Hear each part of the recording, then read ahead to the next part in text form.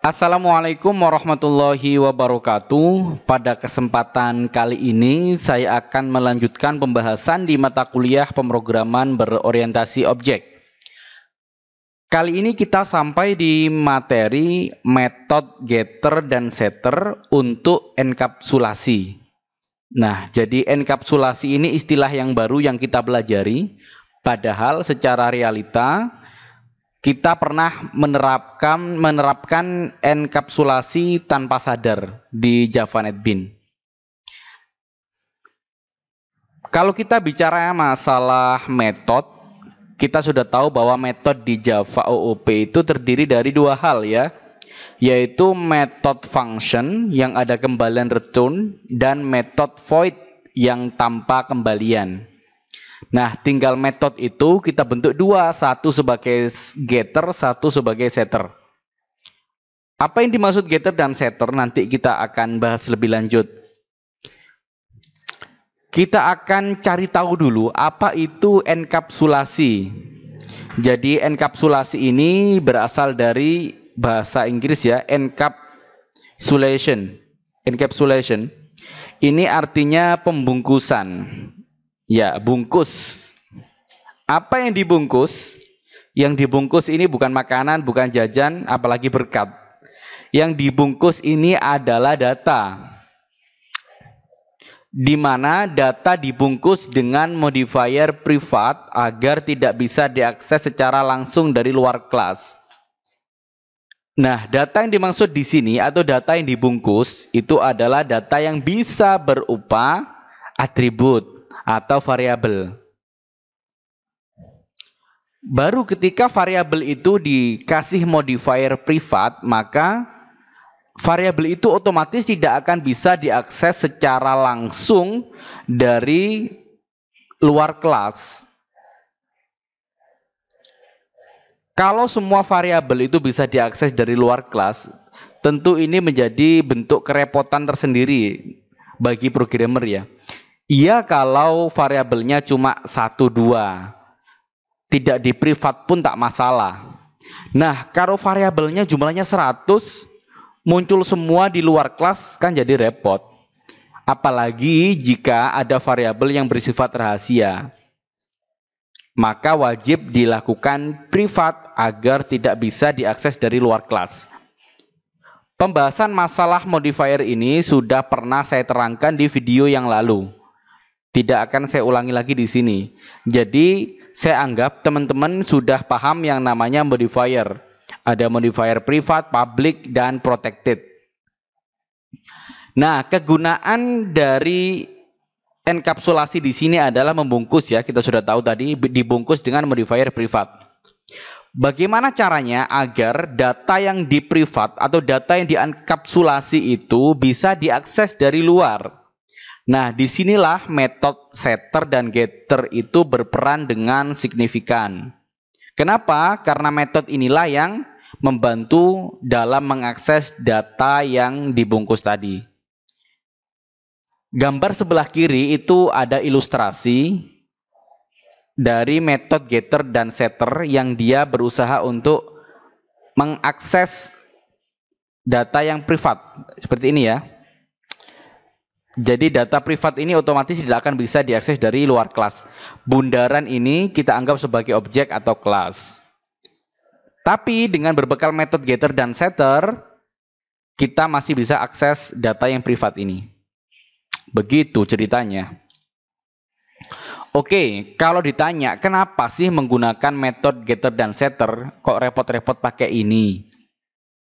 Ini ada beberapa alasan kenapa kita menggunakan metode setter dan getter. Yang pertama, untuk meningkatkan keamanan data. Ini alasan yang jelas ya, karena tidak semua data itu harus dieksplor dari luar kelas.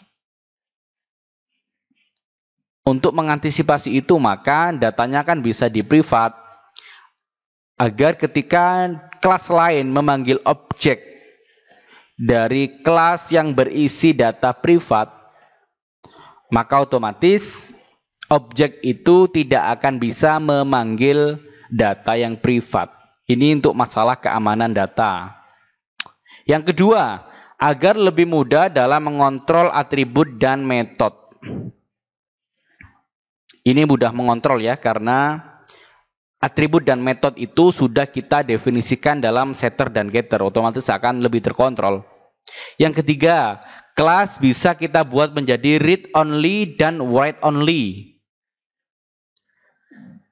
Read only berarti ya hanya bisa dibaca gitu ya, tidak bisa diedit.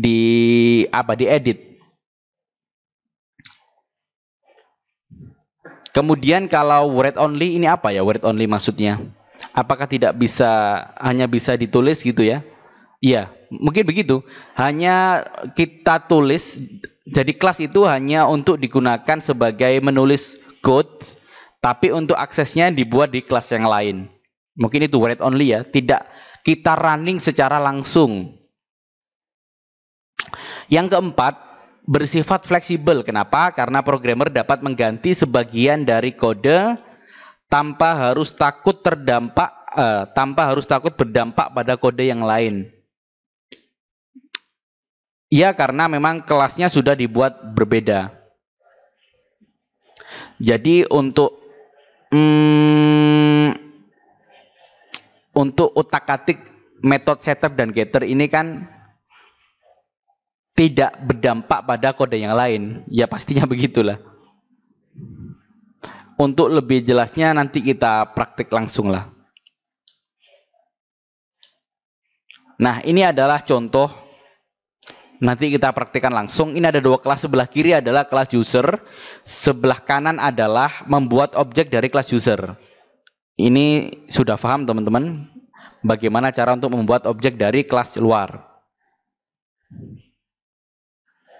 Kemudian di kelas user, ini kan kelas yang tadi katanya read only dan write only. Sementara kita otak-atiknya di kelas yang lain ketika objek user dibuat.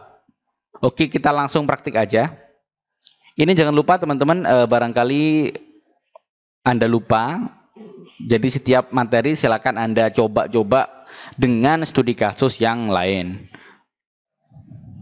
Oke.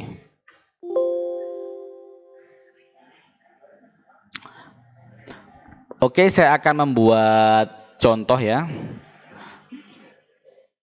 New Java package. Kita bentuk package baru, namanya package apa ini? Setter getter.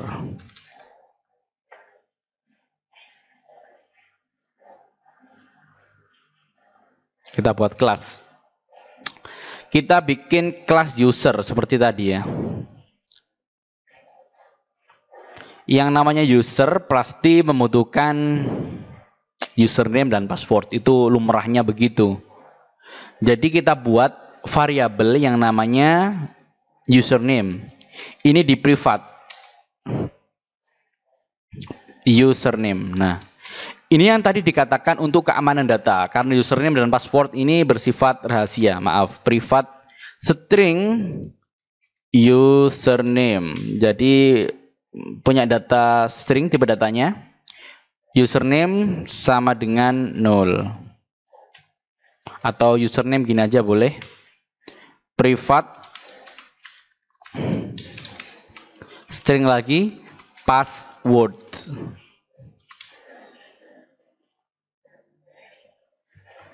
Oke, yang berikutnya kita akan membuat metode.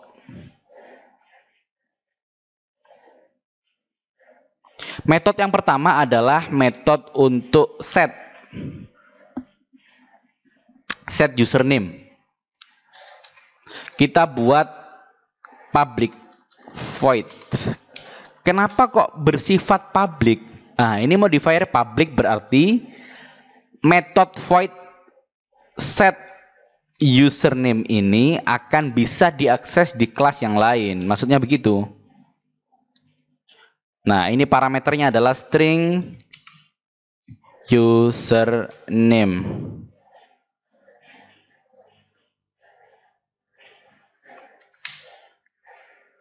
Oke.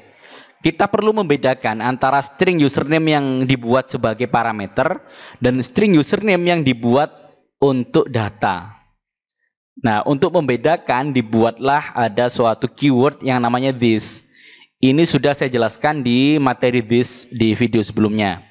This, jadi ketika kita mengetikkan this, otomatis, nah, seluruh variabel dan metode akan tampil. Jadi this itu merujuk ke kelas user. Kita bisa menggunakan fasilitas yang ada di kelas user. Ada password, username, set user. Kita membutuhkan this.username. This.username dia akan merujuk ke sini.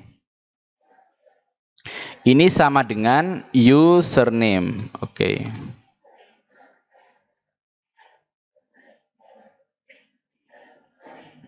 Oke, private string username, private string password, ini yang disebut sebagai enkapsulasi atau pembungkusan. Ini dibungkus. Jadi tidak bisa diakses dari kelas yang luar. Bisa kita buktikan nanti ya. Yang kedua, public void set apa password. Aduh. String password. This dot password sama dengan password. Oke, sudah. Nah, metode set sudah, sekarang metode get. Kalau metode set itu kita menggunakan void atau prosedur, tapi untuk get kita menggunakan return. Kenapa kok begitu? Ini ceritanya. Sama-sama public ya, public string get username. Ini tanpa parameter.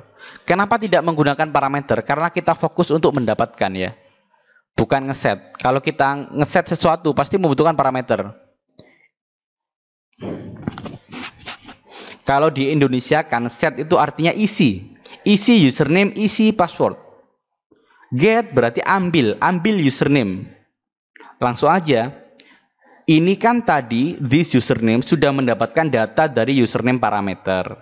Otomatis data ini tinggal kita panggil saja. Kan sudah ada datanya sekarang. Berarti return this dot username. Oke. Return this username. Jadi langsung merujuk ke sini yang sudah ada isi datanya. Berikutnya kita bikin string get password.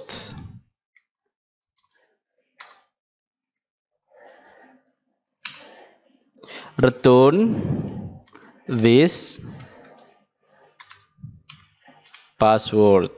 Oke, sudah. Nah, berbekal berbekal kelas user ini, kita bikin kelas lain untuk bikin objek. New Java class. Main utama. Public static void main. Oke. User, kita bikin objek ya. User kecil. Nah, ini. User kecil sama dengan new user. Seperti ini. Nah, otomatis kalau kita membuat objek dari kelas user yang U besar dengan user U kecil, maka otomatis user yang U kecil ini punya fasilitas yang sama dengan kelas user yang U besar. User dot.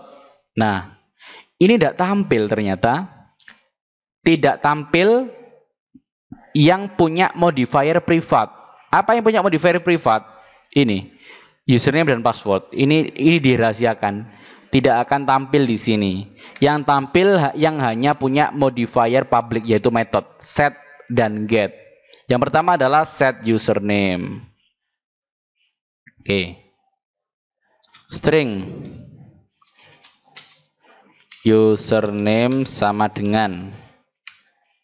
Oke, seperti ini. Oke, maaf. Oh, salah.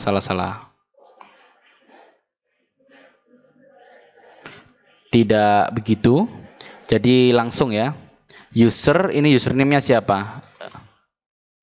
Misalkan Charis Fauzan. User dot set password. Passwordnya adalah rahasia. Nah, baru ini di print.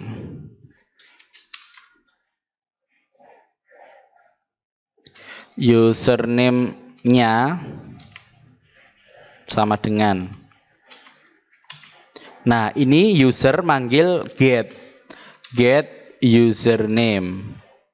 Yang bawahnya shout passwordnya. Ini baru manggil user dot get password. Oke, seperti ini. Jadi ketika ini di running, muncul deh.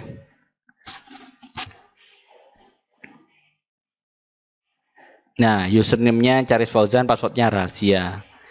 Jadi yang diutak-utik, yang dioprek ini hanya fokus di public class main utama.